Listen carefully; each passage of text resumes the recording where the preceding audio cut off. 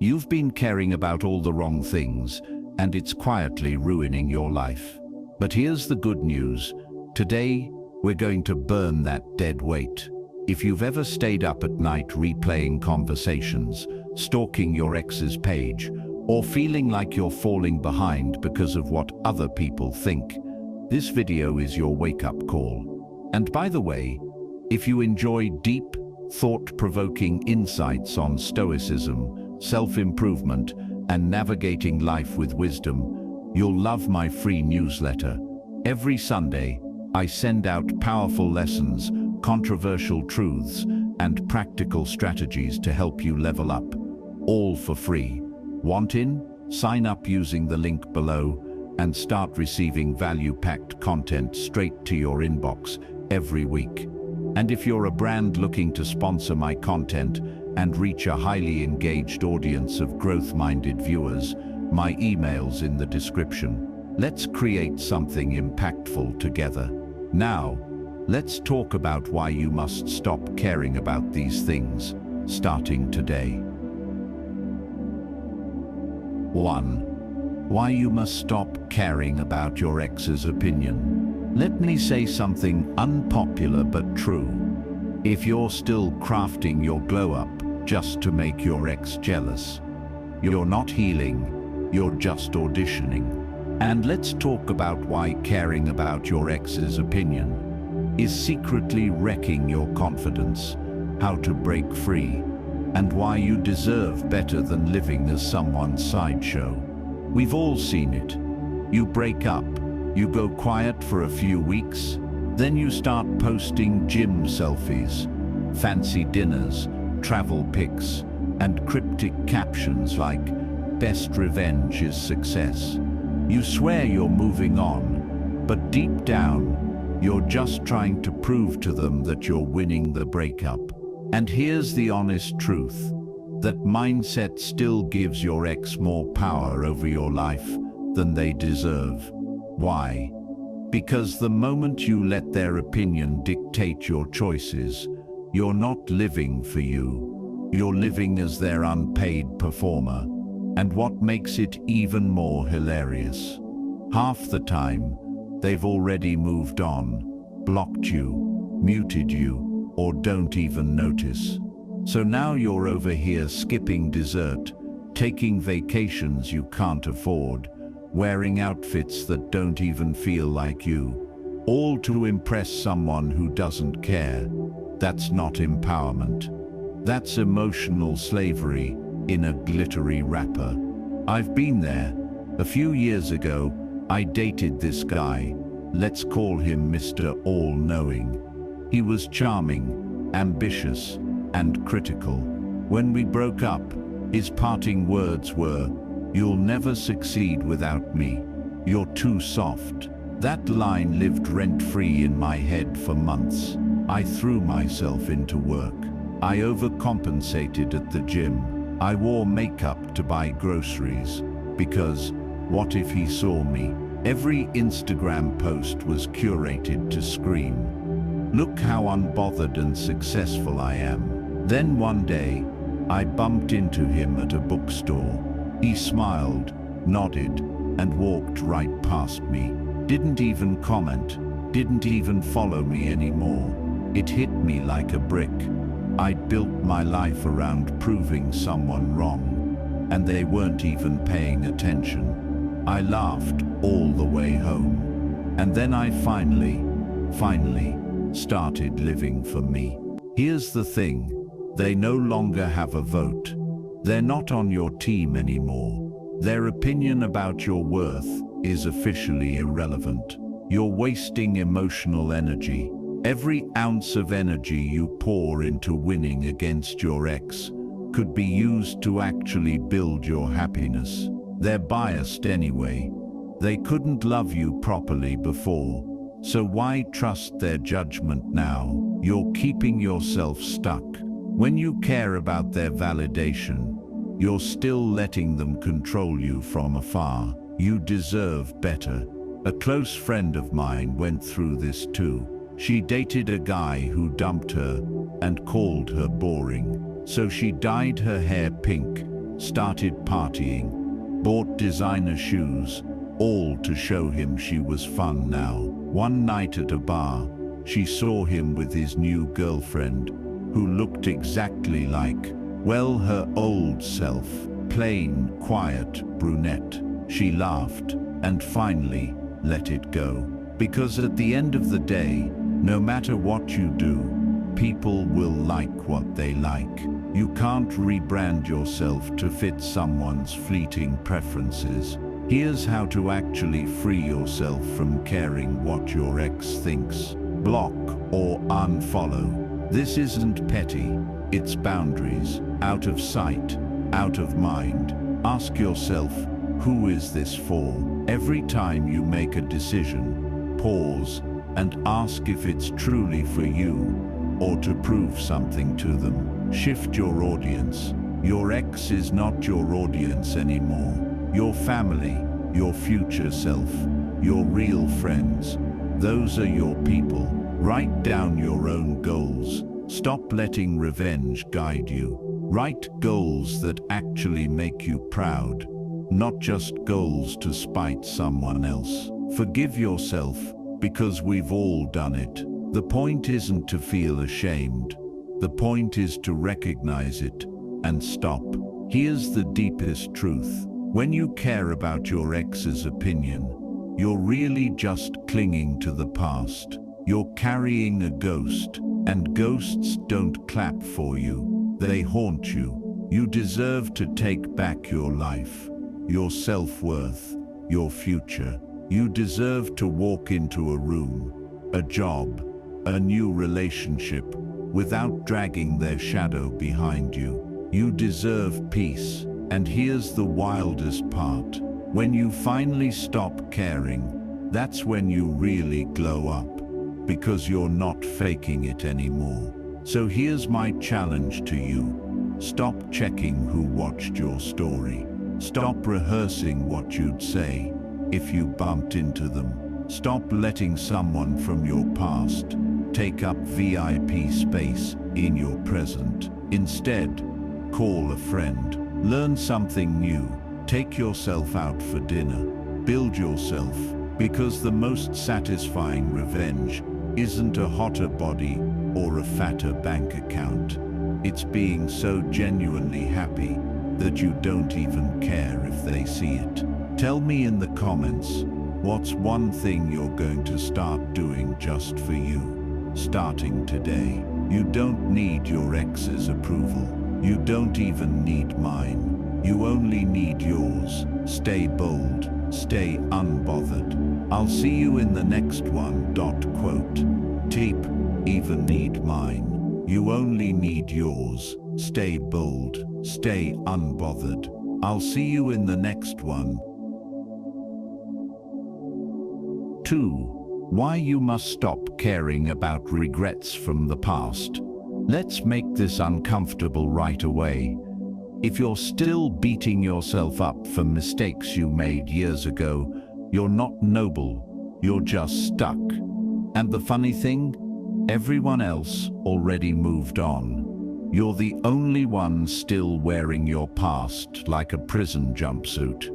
So today we're diving into why clinging to regrets is quietly wrecking your confidence, how to stop romanticizing your failures, and how to turn that shame into wisdom without making your whole identity about what went wrong. We love to treat regret like it's a sign of maturity. You hear people say things like, I don't forgive myself because I hold myself to higher standards, or I can't move on because I deserve to feel bad. But let me tell you something honest. Your regret isn't noble. It's selfish, because you're making it all about you, your failure, your pain, your past. Instead of asking, how can I make it right, grow, and show up better for the world now? It's like sitting in a car, staring at the rearview mirror, and then wondering why you keep crashing into things. Regret can be useful for about 5 minutes. It's a teacher, not a roommate. You're not supposed to move it into your house and feed it 3 meals a day. I carried regret like it was a full-time job. When I was 19, I turned down an opportunity to study abroad in Italy because I was scared to leave my comfort zone. I told myself, next year, I'll be ready then. Guess what? Next year never came. For years I beat myself up every time I saw pictures of my friends traveling. It became my go-to sob story. Anytime something good happened to someone else, I'd whisper to myself, well, you could have been there too if you weren't such a coward. Then one day, a mentor snapped me out of it. I was venting about it again for the 1000th time, and she just laughed. Not cruelly, but like she'd heard this song before. She said, "You're so busy regretting Italy, you don't even realize you're missing the life in front of you right now." That was the moment I realized regret is just nostalgia for a version of yourself that doesn't even exist anymore. Here's why you need to stop nursing your regrets. They're based on incomplete stories. You don't even know what would have happened if you'd made a different choice. You're romanticizing a fantasy. They drain your present energy. Every second you spend wishing you'd done it differently is a second you're not doing better now. You're holding yourself to an impossible standard. Who you were back then didn't know what you know now. You couldn't have acted with today's wisdom because you hadn't lived through it yet. You keep missing the point. Regret is only useful if it leads to change, not if it becomes your personality. A close friend of mine once cheated on his girlfriend when he was young and immature. They broke up. He regretted it deeply, so much so that even years later, he would sabotage every new relationship. He'd say things like, "I don't deserve happiness because of what I did to her." Eventually, she forgave him and moved on happily. Meanwhile, he was still punishing himself for something she no longer even thought about. Because regret, unchecked, doesn't redeem you. It just rots you from the inside. So how do you actually stop letting regret own you? Acknowledge it, but put it in context. You made the best decision you could with the information and maturity you had at the time. Make amends if you can. Apologize. Fix it if possible. But if it's not, accept that some things can't be undone. Focus on what you can do now. What lesson did it teach you? How can you make better choices moving forward? Stop romanticizing alternate timelines. You don't know that your fantasy version of the past would have even worked out better. Forgive yourself out loud. Seriously, say it. Write it. Mean it. Here's what I've learned. Regret is a strange kind of ego. It assumes you should have known better, should have done better, should have been perfect, but you weren't. And that's okay, because you're human. You are not your worst decision. You are not the opportunities you missed. You are not the person you were back then.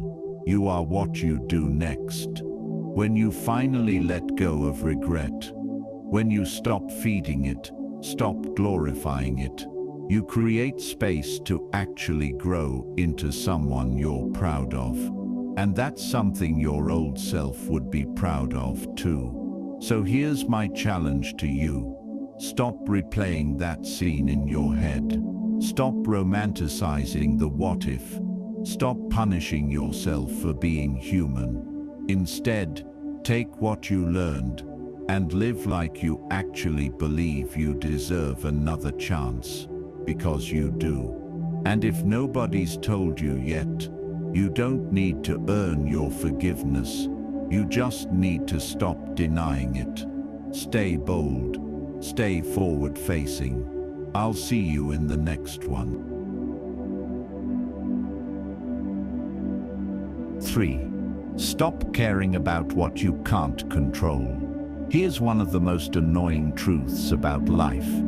You can do everything right, play by the rules, wake up at 5 a.m., drink your green juice, and still lose. Why? Because most of life is out of your control. And here's the kicker. You're still acting like it's your job to fix everything. So let's talk about why trying to control the uncontrollable is secretly driving you insane. How to actually let go without becoming a doormat. And how you can finally sleep at night, knowing you've done your part. We live in a culture that worships control. Every self-help book screams, manifest your destiny. Take charge of your life. You're the architect of your reality. And look, to a point, that's true. You are responsible for your choices, your habits, your mindset. But here's where it gets dangerous. You start thinking you're responsible for everything. Other people's moods, your fault. The weather ruining your picnic, your fault. Your boss having a bad day, somehow also your fault. You convince yourself that if you just work harder, smarter, longer, you can bend life to your will. But you can't. And you know what happens when you live like you can. You become bitter, anxious, and tired. And worst of all, you start blaming yourself for things that were never yours to carry. I learned this the hard way. Years ago, I started my first business. I poured everything into it. Savings, time, weekends, holidays. I thought if I just hustled hard enough, I could force it to succeed. And at first, it worked. Then, the economy crashed. 2 of my biggest clients went bankrupt and stopped paying. And suddenly, my little empire crumbled. At first, I blamed myself completely. If only I'd predicted the market. If only I'd worked harder. If only I'd been smarter. But here's the truth. No amount of sleepless nights or spreadsheets could have stopped a global recession. It wasn't mine to control. And yet, I let it crush me anyway. It took me months, and some therapy, to realize that my job was to show up, do my best, and then let go of the outcome. Because that's all you ever really have power over: your effort, your attitude, and your response. Here's why you need to stop trying to control the uncontrollable. You're setting yourself up to fail. The more you cling to outcomes, the more frustrated you'll be when reality does what it always does, whatever it wants. You're wasting energy. Every ounce of energy spent on things outside your control is energy you could be using to actually improve the things you can change. You're hurting your relationships. When you try to control everything, you start resenting people for not behaving the way you want. You stop trusting them, and they stop trusting you. You're suffocating your own peace. There's nothing more exhausting than holding on to what you were meant to release. A good friend of mine married young. She thought if she just cooked, cleaned, smiled, and supported her husband perfectly, she could guarantee a happy marriage. But no matter what she did, he still cheated. For years she blamed herself. If only I'd been prettier. If only I'd been more fun. If only I'd tried harder. Until one day she realized she had done her part, but his choices were never hers to control. That's when she finally stopped blaming herself and started building a life she actually wanted. So how do you actually let go of what you can't control? Make a 2-column list. On the left, what you can influence. On the right, what you can't. Anytime you're stressed, check which column it's in. Practice good enough. Show up, do your best, and let the chips fall where they may. Set boundaries. Don't let other people's chaos become your responsibility to fix. Adopt a mantra, one that reminds you daily, not mine to carry, or I control my actions, not the outcome. Get comfortable with uncertainty, because it's coming whether you're ready or not. Here's what I've learned. Control is an illusion. It's just your brain's desperate attempt to avoid pain, chaos, and loss.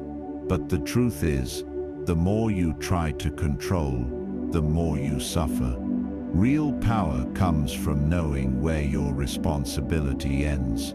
It comes from showing up fully, while still trusting that the rest isn't yours to fix. It comes from surrender, not in a passive way, but in a wise way. You are not the master of the universe. You are not responsible for the weather, other people's choices, or random acts of life. You are responsible for you. That's more than enough. So here's my challenge to you. Next time something goes wrong, ask yourself, did I do my part? Did I act with integrity? Did I give my best effort? If the answer is yes, let it go.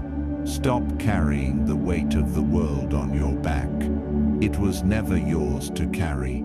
And the moment you let go, you'll finally have 2 free hands to actually build something beautiful. Stay bold, stay light, and stop trying to fix what was never broken. Before, you must stop caring about revenge. Let me tell you something that will probably make you roll your eyes, but hear me out. Revenge is overrated. I know. You've been told your whole life that the best revenge is success, or looking hotter, or getting richer. But here's the honest truth. If your life's purpose is just to make someone else eat their words, you're still letting them write the script. So today we're talking about why revenge is actually hurting you more than it's helping you, how to break free from its grip, and why the sweetest victory doesn't come from proving anyone wrong, but from moving so far past them that they don't even matter anymore. Revenge is seductive because it feels like power. It feels like justice. You imagine that one day the people who hurt you will look at you and think, wow, I made a huge mistake. And maybe, if you're lucky, that even happens for about 2 seconds. But here's what nobody tells you. Living for revenge is still living for them. It means every time you hit the gym, get promoted, or glow up, it's not really for you. It's for an audience that's either not watching or doesn't care. That's not power. That's just being a well-dressed prisoner to the past. And here's the really controversial part. Sometimes they don't even regret hurting you. Sometimes they still think they were right. And if your happiness depends on them recognizing your worth, you'll be waiting forever. I remember my first corporate job. There was a woman, let's call her Lydia, who constantly sabotaged me. She'd take credit for my work, spread lies, and undermine me in meetings. When I finally got out of that toxic job, I swore to myself, I'm going to become so successful that Lydia will choke on her words. I worked like a maniac for years, climbing the ladder, chasing promotions, collecting trophies. I even stayed in that industry longer than I wanted to, just to prove I could beat her at her own game. Then one day I saw her at a conference. I expected her to look at me and finally admit defeat. But instead, she barely even remembered me. All that effort, all those late nights, and she didn't even care. That's when it hit me. I'd spent years building a life that wasn't even mine just to impress someone who'd already forgotten me. Here's why revenge is a trap. It keeps you tied to people who don't deserve your energy. Every time you think about showing them, you're letting them live rent-free in your head.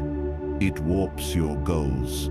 Instead of chasing what actually fulfills you, you chase what you think will hurt them. It delays your healing. You can't fully move on if you're still rehearsing ways to get even. It doesn't feel as good as you think it will. Even when you win, it's empty, because it wasn't really about you to begin with.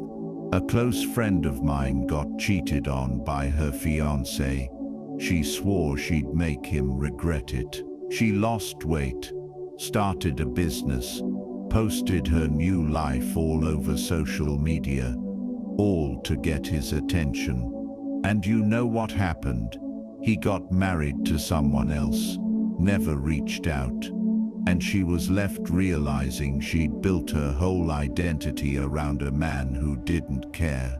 It broke her, but it also freed her, because for the first time she started asking, what do I want, if it's not just to hurt him back? So how do you stop letting revenge run your life? Get honest about your motives. Every time you set a goal, ask yourself, is this about me or about them? Unfollow and disconnect. Stop checking their life. Stop measuring your progress against theirs. Focus on your joy, not their jealousy. Start making choices that excite you, even if nobody sees them. Accept that some people will never understand or regret how they treated you. And that's okay. Forgive, not for them, but so you can finally stop carrying the weight. Here's the thing, revenge pretends to be justice, but it's really just a prettier kind of pain. It keeps you shackled to the worst parts of your story, instead of writing a better chapter. You don't need to win to heal. You don't need them to notice to grow. You don't need their regret to thrive. The real victory isn't when they finally see your worth. It's when you do. When you stop caring whether they regret hurting you, you take back your power. When you stop performing for them, you finally start living for yourself. When you stop wishing for their downfall, you start rising on your own terms. So here's my challenge to you. Delete the revenge fantasy.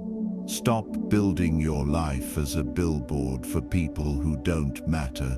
Stop living as if their opinion is the finish line. Instead, start asking, what would my life look like if it was just about what makes me feel alive? Because at the end of the day, the sweetest revenge is no revenge at all. It's living so fully, so freely, so unapologetically, that they're not even part of the story anymore. Stay bold, stay free, and stop letting ghosts write your future. I'll see you in the next one. 5. You must stop caring about being invited. All right, let's talk about something that makes people quietly miserable. Not being invited. You see your friends out. You check your phone. Nothing. You watch their stories, pretending you're happy for them, while dying a little inside. And here's my controversial take. If you need an invitation to feel worthy, you're already giving away too much power. Today, we're going to unpack why caring about being invited is secretly stealing your confidence, how to stop waiting for approval from other people, and how to start showing up for your own life. No RSVP required.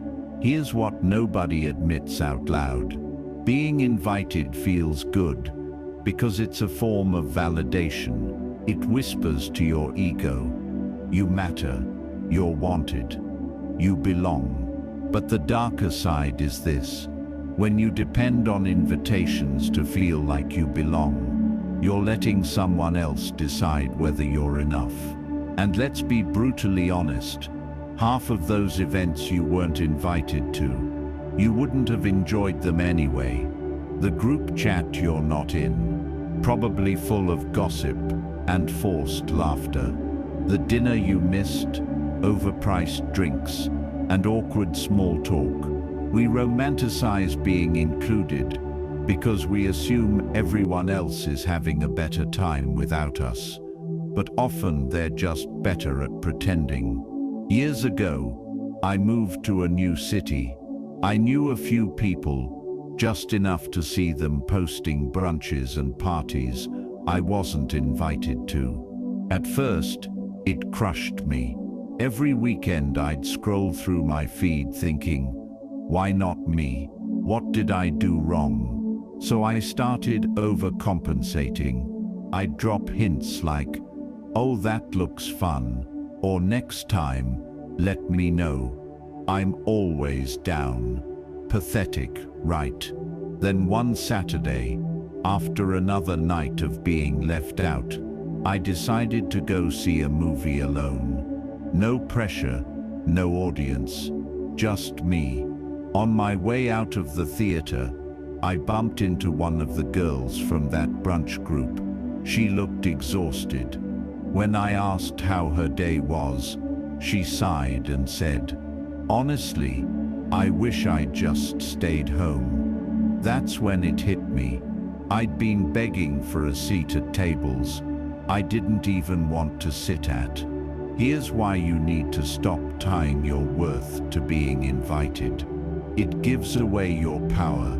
You're letting other people decide when and where you're allowed to shine. It's not even personal half the time. People invite who they're comfortable with, not necessarily who's most deserving or interesting. It's a trap. Even when you're included, you're still performing for approval. It keeps you small. You stop creating your own life because you're too busy waiting for someone to include you in theirs. A close friend of mine once confessed something shocking. She was the one everyone invited to everything, always the center of attention, always booked. But when she decided to stop hosting and initiating, guess what happened? The invitations stopped because she'd been carrying the group the whole time. It taught her, and me, that being included can sometimes just mean you're being used for what you bring to the table, not because they truly value you. So how do you stop caring about whether you're invited? Stop interpreting exclusion as rejection. Sometimes it's logistics, sometimes it's habit. Most of the time, it's not even about you. Take yourself out. Don't wait for a group text. Go to the cafe, the park, the concert, alone if you have to. Curate your own circle. If you want more genuine invitations, start hosting. Build connections that actually align with your values. Get busy building your own life. When you're deeply engaged in your own goals and joy, missing out feels less like a tragedy and more like a blessing. Stop watching their stories. If it hurts, mute them. Out of sight, out of mind. Here's the real truth. You don't need an invitation to belong. You belong the moment you decide you do. Because being invited is not the same as being valued, and being excluded is not the same as being unworthy. When you stop waiting for someone else to choose you, you start choosing yourself. You realize your life doesn't have to revolve around tables you had to beg to sit at. You can build your own damn table. And sometimes the most powerful thing you can do is to let the door close and walk away with your head high. So here's my challenge to you. Next time you're not invited, pause and ask yourself, do I even want to go, or do I just want to feel wanted? If you really want connection, create it. If you really want joy, go find it. If you really want peace, stop outsourcing it. Stop waiting for an invitation that may never come. You already belong here. You already matter. You already have a seat at the only table that counts, your own. Stay bold, stay unbothered, and I'll see you in the next one. So here's the final thought I'll leave you with. Life is too short to keep chasing invitations, revenge, validation, or control over things or people that were never yours to begin with. You don't need to be included to feel worthy. You don't need to prove anyone wrong to be right. You don't need to rewrite the past to have a future. And you sure as hell don't need to carry what isn't yours to carry. The moment you stop living for their opinions, their approval, their applause, is the moment you finally start living for you. So close that chapter. Put down that weight. Walk forward. You already have everything you need, and you've had it all along. Stay bold, stay grounded, stay free, and I'll see you in the next one.